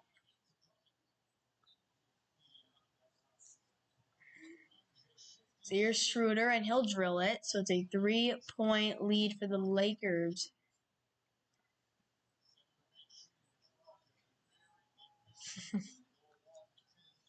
They're putting these tweets on the screen. They're pretty funny. Andre Drummond just swatted that thing, but Kuzma on the bench. Dennis Schroeder is playing really well tonight. Someone just tweeted on Twitter that they showed on the screen was like the only Germans that can be dominating in Dallas are Maxey and Dirk boys. But hey, not Dennis Schroeder. Dennis Schroeder is balling out tonight. Luka getting fouled. I just don't want Luka to become one of those incredibly man. You can jaw at the ref a few times. Tell the ref what you think if there's a foul call you don't like, but don't do it. Don't get teed up a lot because then you just become known around the league as a complainer, and that's just not what you want to be. So hopefully Luka learns to mature. He's still a young guy, and he's been playing professional ball since he was 13. So yelling at the refs is pretty much a rite of passage, especially in European. In the Euro ball. They yell at the refs out there too. 79-77, Luka hits the free throw. Didn't know if it would fall through, but it did. So good job, Luka.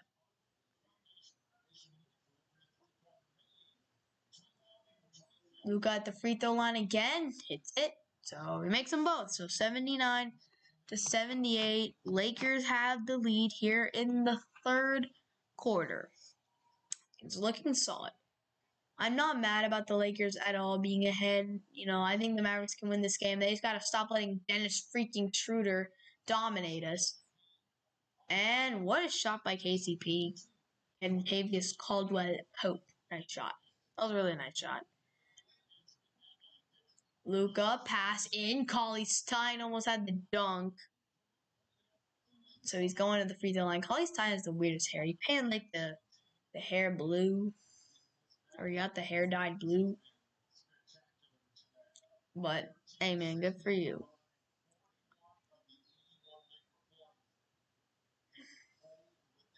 Hey, hit the free throw. Willie hitting the free throw. Okay, Willie. Cauley-Stein hitting that free throw. Where's Boban? We have to have Boban Marjanovic in the game, man. Boban Marjanovic needs to be in the game. I don't understand, bro. Boban Marjanovic. Okay, he's short. He's short that free throw a lot. Willie Cauley-Stein's the guy that comes in and gets rebounds, plays defense, and absolutely bodies the opponent with his alley-oops. As Kentavious Caldwell-Pope missing another shot, Drummond bodies the entire Mavericks team and gets another easy money shot. I don't like that, man. I really don't like how this is happening. I don't like it. This is frustrating me. Porzingis on Caldwell-Pope fading into the shot, knocks it down. So, Deuce on, man. That's a good shot. 83-81. Schroeder to Caruso. Caruso steps up, goes in, has a little isolation space, runs through the defense, passes it to the other side. Behind the back pass, and Caruso still is not taking the shots. The Lakers are just dribbling around the court for no apparent reason. Caruso, and he gets his, you get swatted. That's what you get. Stop dribbling so much, you little Caruso. Jalen Brunson with the physicality, and he gets bodied when he goes up for the layup. He tried to be physical, but he's the one who ends up on the floor. And Caruso bricked because he's bad. First you get swatted by Cauley-Stein, and then you miss a three, you're bad. That's just what happens, man. I've not seen Anthony Davis at all in the second half. Again, Anthony Davis is going to be conservative. Luka on the court still. Isolation on Caruso. Oh, what a play. Stop knocking Porzingis over after the play's over. Why is KCP wide open? And he drilled it. Hey, man. Caldwell-Pope is doing good. He's hitting his shots tonight, but dang. Why is KP on the ground so much? That's unfortunate. Mavs are down 3 in the third. But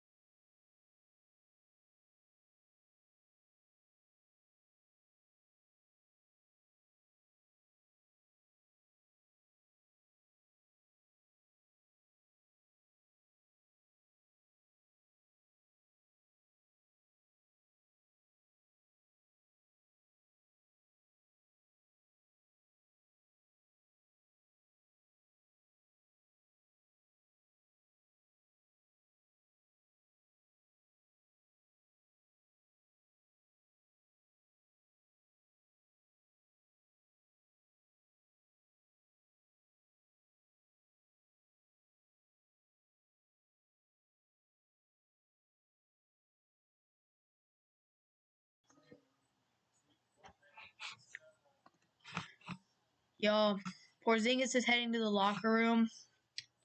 Apparently, he twisted his ankle on an earlier play. There have been trade rumors about KP. Yo, I love KP. I love Kristaps Porzingis. He is a unicorn. He is incredible. He's a special player. He's got insane talents.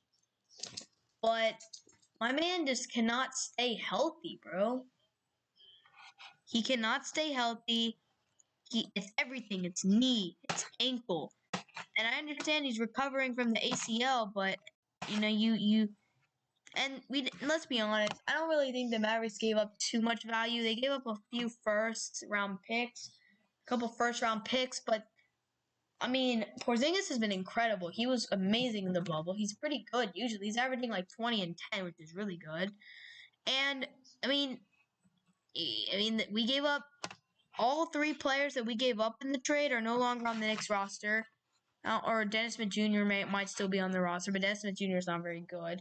DeAndre Jordan and Wesley Matthews were no longer on the roster. And a couple first-round picks that I don't think the Mavericks are going to need because they have an incredibly bright future. So I don't know if I hope we don't trade KP unless we absolutely need to, unless he's that much of a defensive liability. But it's a situation where is he ever going to be able to play a full 82-game season? And I think we all know the answer to that by now. I do not think Kristaps Porzingis is going to ever be able to play a full 82-game season. But I do think that Kristaps Porzingis can be a guy that can play in a healthy postseason and play at an elite level in the playoffs. That's what I think. About to hit 2 hours on the stream, which is nice. I feel like we've been streaming for a decent amount of time, which we have. It has been a decent amount of time here on stream today. It's been fun. We'll keep going a while. It's about almost 10:40 out here where I'm at, but it's fun. Yeah, we're winning 89-88. The Mavericks are winning by 1 point right now in the third quarter with about a minute to go. I'm scared to shut the stream off because the last time I did, Luka ended up hitting a last-second buzzer beater, and I missed it because I'm dumb.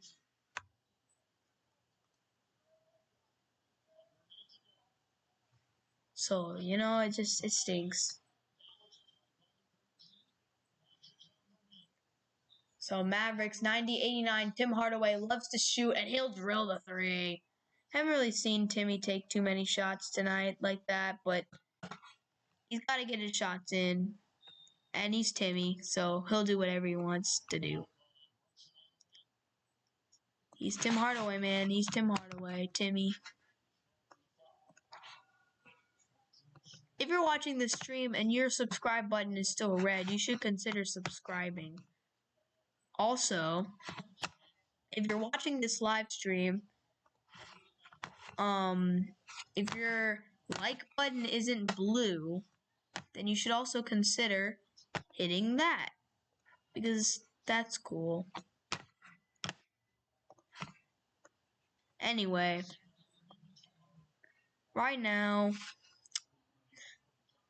I really hope that KP is going to be okay.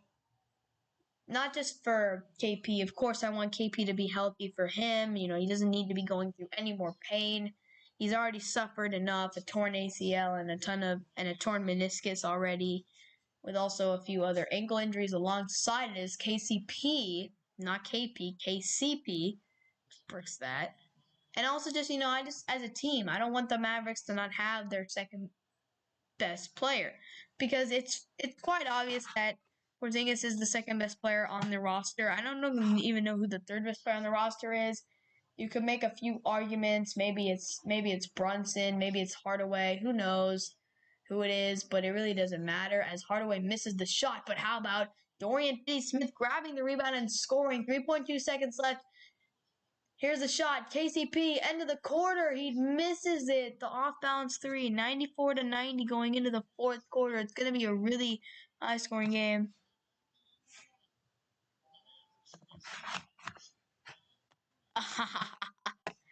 Oh, well, that's okay. That's okay.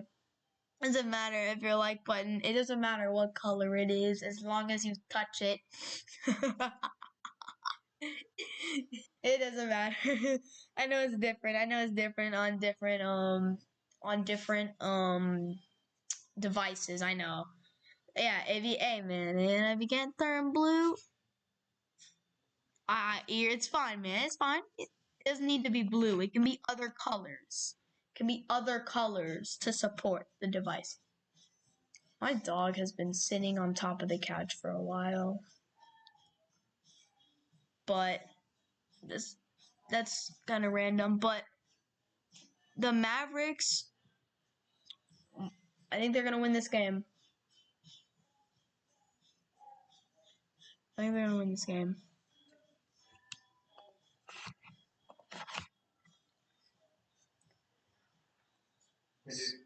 Okay.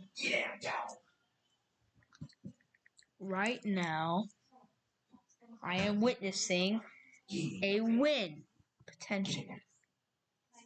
Why are you telling the dog to get in the house?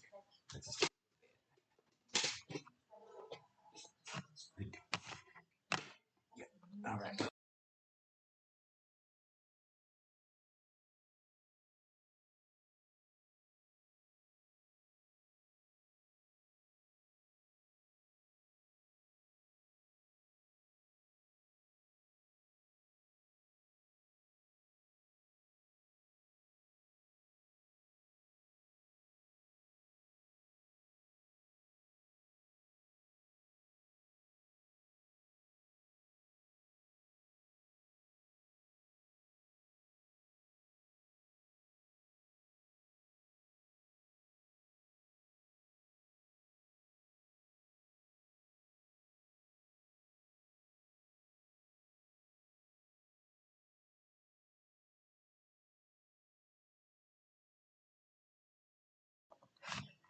Thank you, Ethan, for being here on the stream.